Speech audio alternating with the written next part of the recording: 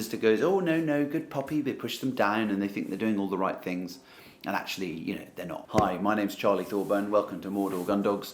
And this week on our question and answer video, we've got a few questions that you guys have sent in from YouTube and via email. One of them is house training. What to do and what not to do when greeting visitors, and steps to a well-mannered dog in the home. So quite a good question. And the answer is house training happens from day one. They're in a crate. They go out as soon as you let them out the crate, they go out to the garden for a wee. They come back in. They get to spend, say, 40 minutes or so in the kitchen, in the house with you. You're watching them. You're paying attention. You maybe take them out for another pee. You pop them back in your crate, in the crate when they're not with you, when you're not concentrating. They're in the crate every hour. 1 hour in, 1 hour out is generally the kind of the rule that we would say with a young puppy. So they've got lots of time to sleep, lots of time to rest.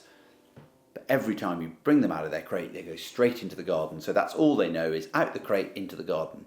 Back inside, hang around the family, back into the crate. Then the next time, out the crate, into the garden.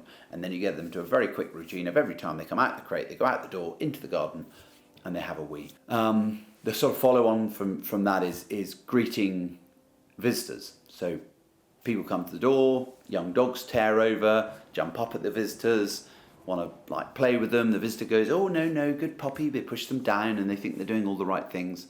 And actually, they're not. What happens, you get the puppy into the habit of thinking every time someone comes to the door, they get to jump up on them and knock them over, or try and knock them over. So what we tend to do is say, if we know someone's coming to the door, great, then we set it up in advance. The puppy goes in its crate. So as soon as the doorbell goes, the puppy's in its crate, and it learns from day one that doorbell or that knock on the door is nothing to do with them. If the door goes, then we use that first sort of 5 seconds to just chuck a biscuit or something into the puppy's crate. The puppy runs into its crate to get the biscuit. We shut the door, we go to the door, we answer it, and we let the people in. Now, at what point do you let the puppy out of the crate? You let the puppy out of the crate when the excitement is all finished. So the excitement of, hi, how are you? Welcome, come in. Oh, you've brought your kids and your granny, and you come in, da-da-da. It's all hugely exciting. It's nothing to do with the puppy, though, is it? It's not their house. They haven't come to see them. And even if they have, you don't want to let the puppy know that. So they come into the house, and when everyone's sitting down and everyone's at the kitchen table or whatever, having a cup of tea, and everyone's relaxed, the excitement has gone out of the room, the atmosphere is chilled, then we might go and let the puppy out. First thing we do, we take it out into the garden for a pee, then we bring it back in again, and no one's that kind of engaging, and no one's that interesting because the novelty has worn off, because all those people have been in there for 20 minutes, the puppy's calmed down, it's realised they're nothing to do with them. So it might kind of wander around, have a little sniff, say hi to a few people. The better reaction from everybody is to ignore the puppy as much as they possibly can. And then the puppy doesn't see new people as an excitement. So that's generally our sort of very, very short, quick answer advice as to how we would deal with that. And that then leads into the dog being, more and more well-mannered. Now we get to the point where the dog's a bit older, and as the doorbell goes, we just say bed, and they go to their bed. As the knock on the door, or as someone comes in, we just say go to your bed. And then we've got a dog and you can do that with a reward, you can do that with a biscuit or something, as long as they stay there, as long as they don't just run to their bed, get the biscuit, and then run over and jump all over the visitor. They must go to the bed and stay on their bed. But we would use the doorbell or the knock as the door as a trigger to encourage the dog to go to its bed and get a biscuit. There's nothing wrong with that at all. And then the dog's then sitting there, calmly waiting for the owners. If our dogs hear people coming, they jump up and they run to the door, I just, quick, go to your bed. Chino's just rolled from her back, stood up and heading off through to her bed. But just quite abrupt, quite quick, nothing to do with you, go on, go to your bed. And off she goes through to her bed. So there's no please, don't do that. It's just quick, sharp command, deal with it. She should know better, because she just shouldn't be jumping up and running to the door in a sort of barky, silly, excited way just because someone comes to the door. It's nothing to do with her. Obviously, some of you might want your dog to run to the door and bark when someone comes.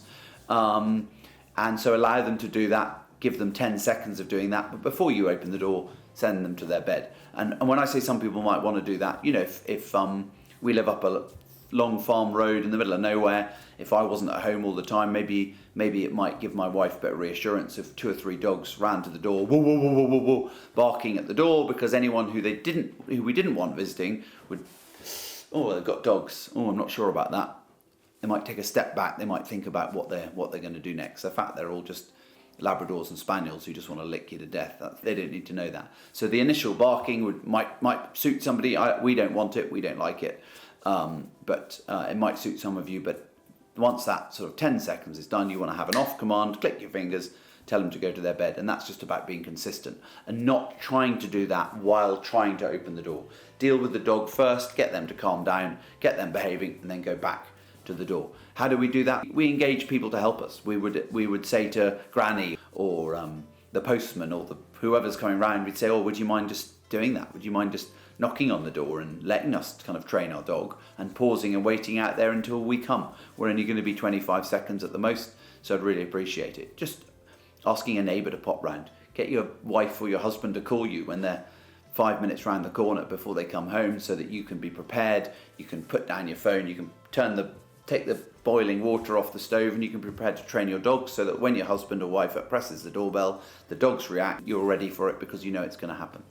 So it's always about knowing what's going to happen in advance as much as we can, and then we can use that as a great training tool. So remember, you get out what you put in. Thanks for watching, and we'll see you all next time.